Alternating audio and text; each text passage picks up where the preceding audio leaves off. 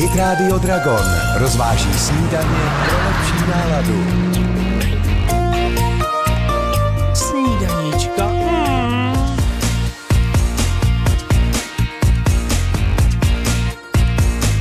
Výborný. Cukrový, marmeládový. Hurá!